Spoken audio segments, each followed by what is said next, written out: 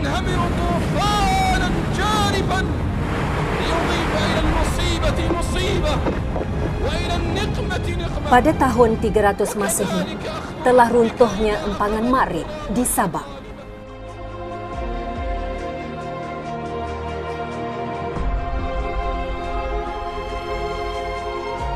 Bermulalah zaman jahiliah di semenanjung tanah Arab.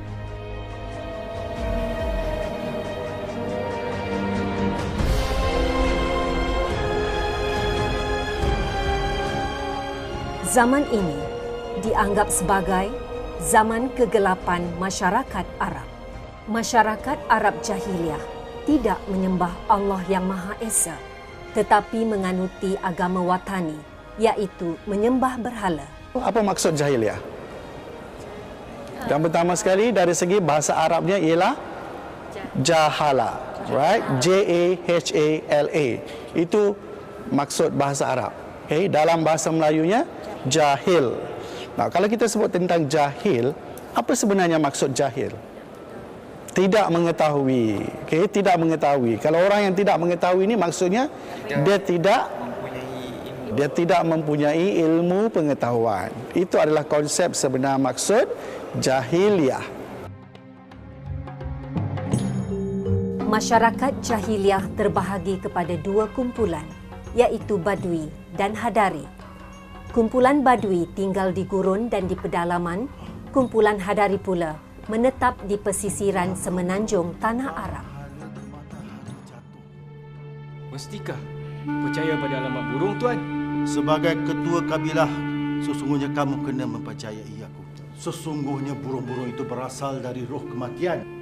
Dan kita kena percaya kepada petanda dan alamat.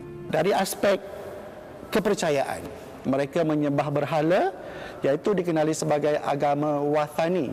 Mereka juga beragama Kristian, mereka juga beragama Yahudi. Itu gelar sebagai agama Samawi. Ya. Sebahagian kecil menganuti agama Hanif yang kemudiannya lenyap. Mereka mempercayai animisme dengan cara menyembah alam seperti pokok, bulan, matahari, tanah dan seumpamanya. Sebahagian lagi mengamalkan kepercayaan khurafat seperti sihir, tilik nasib dan mempercayai roh orang mati menjadi burung. Masyarakat Arab jahiliah juga, apabila seorang bayi perempuan dilahirkan, mereka akan tanam hidup-hidup bayi perempuan itu. Sebab mereka menganggap wanita itu, bayi perempuan itu akan memalukan keluarga mereka. Sebab perempuan tidak ada nilai pada waktu itu. Bila mereka berkahwin, seorang lelaki boleh berkahwin seberapa banyak yang mereka nak.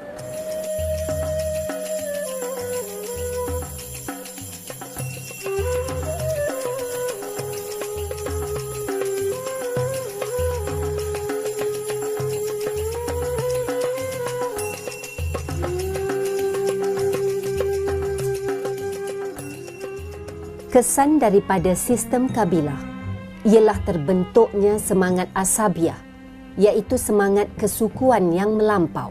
Mereka hidup dalam kumpulan mereka sendiri, tidak boleh bercampur dengan kumpulan lain. Keadaan ini telah mencetuskan peperangan di kalangan mereka. Dalam peperangan Al-Basus, peperangan ini berlaku selama 40 tahun di antara Bani Taghlib dengan Bani Bakar. Mereka sangat-sangat berpegang pada puak mereka masing-masing. Akhlak masyarakat jahiliah amat rendah. Mereka bersikap kejam, angkuh, degil, berjudi, berzina dan meminum arak. Mereka menganggap kesempurnaan seorang lelaki adalah dengan meminum arak. Zaman jahiliah berlarutan sehingga tahun 610 Masehi, sehinggalah kedatangan Islam yang membawa sinar kehidupan baru. Kelahiran Nabi Muhammad sallallahu alaihi wasallam merupakan suatu peralihan masyarakat jahiliah. Nabi Muhammad sallallahu alaihi wasallam berasal daripada keturunan Qusay bin Kilab. Salasilah keturunan baginda yang amat disegani ialah Abdul Manaf, Hashim, Abdul Muttalib dan Abdullah. Waktu kecilnya Nabi pernah bekerja sebagai pengembala kambing. Perniagaan, alright. Semasa remajanya Nabi pernah mengikut bapa saudaranya berdagang ke Syam. Semasa usianya 20-25 tahun, baginda telah menguruskan perniagaan yang dimiliki oleh perniagaan. Maka Siti Khadijah tertarik hati dan akhirnya Siti Khadijah sendiri melamar Nabi untuk menjadi suaminya. Dan pada waktu itu Nabi hanya berumur 25 tahun. Dan Siti Khadijah pada waktu itu berumur 40 tahun.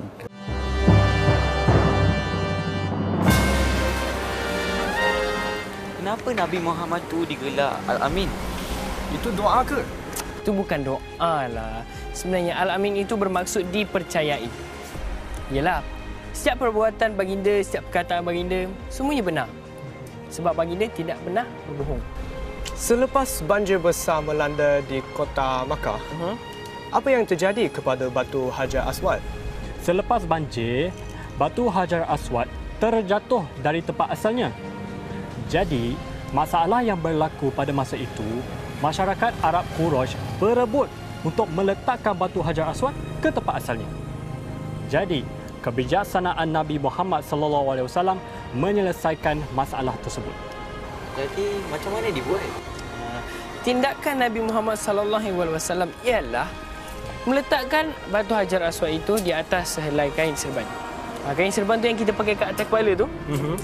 Dan kemudian meminta ketua-ketua suku kaum Quraisy untuk mengangkat di setiap penjuru kain serban itu dan mengangkatnya. Kemudian baginda sendiri yang meletakkan Batu Hajar Aswad itu tempat asalnya. Jadi ketua-ketua suku kaum Quraisy berpuas hati. Nabi Muhammad SAW telah bertahanus, iaitu beribadat kepada Allah Subhanahu Wa Taala di Gua Hira kerana baginda resah memikirkan keadaan kucar-kacir masyarakatnya.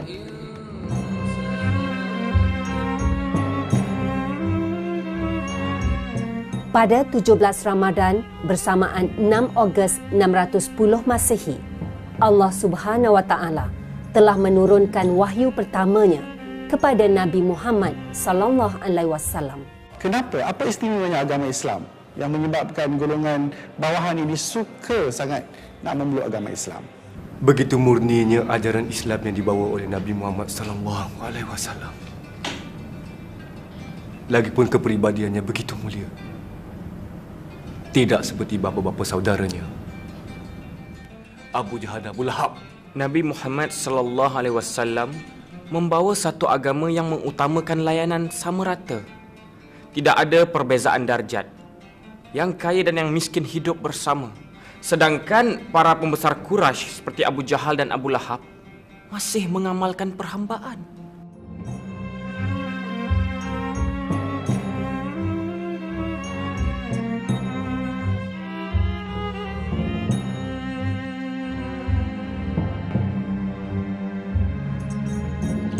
Sekarang bagaimana Abu Jahal? Arab Quraisy takut terpaksa tunduk kepada kepimpinan Nabi Muhammad sallallahu alaihi wasallam. Apa sebab golongan bawahan itu mudah menerima ajaran Islam? Yang pertamanya kerana agama Islam itu adil. Mengamalkan persamaan taraf, tak kira yang miskin, tak kira yang kaya, semuanya sama di sisi agama Islam. Yang paling pentingnya sekali, bila mereka menganut agama Islam, mereka mengamalkan nilai-nilai murni dalam kehidupan mereka. Mereka dianggap berakhlak mulia. Mereka tidak lagi mengamalkan akhlak seperti mana zaman jahiliah dahulu. Apa yang kau tahu tentang Muhammad? Muhammad adalah pesuruh Allah.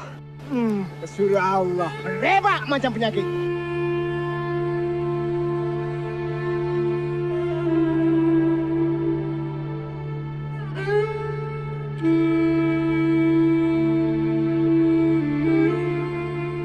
Amat celaka kamu Muhammad.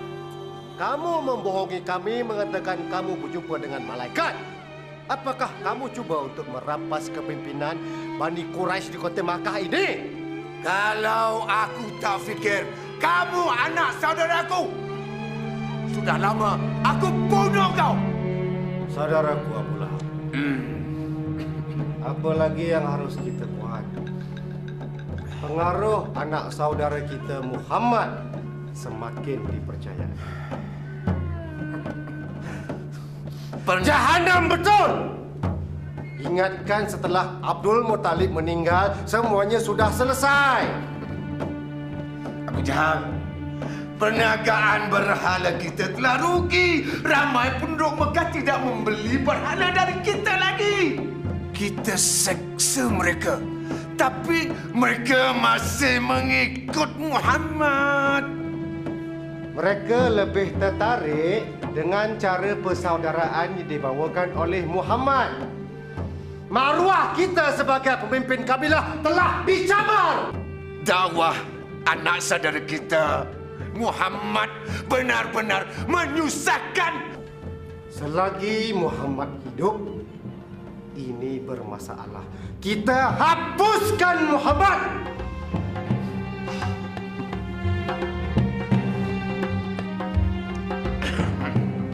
Setelah 3 tahun, Nabi Muhammad sallallahu alaihi wasallam berdakwah secara sulit. Maka dia memasuki fasa kedua, iaitu melakukan dakwah secara terbuka. Semasa baginda mengadakan dakwah di rumah Ali bin Abi Talib, semua ketua-ketua Arab Quraisy Mekah datang. Abu Lahab, bapa saudara baginda, begitu lantang menentang dengan memaki dan mencaci baginda.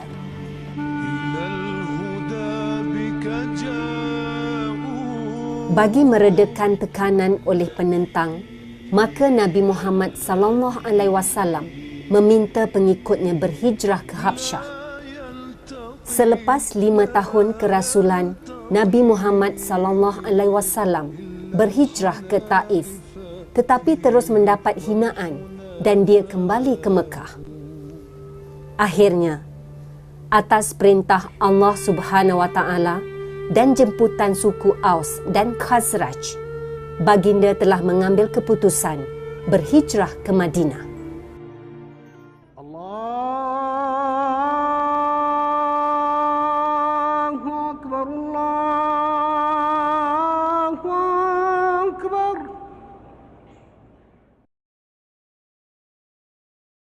Adakah masyarakat hari ini mempunyai ciri-ciri jahiliah?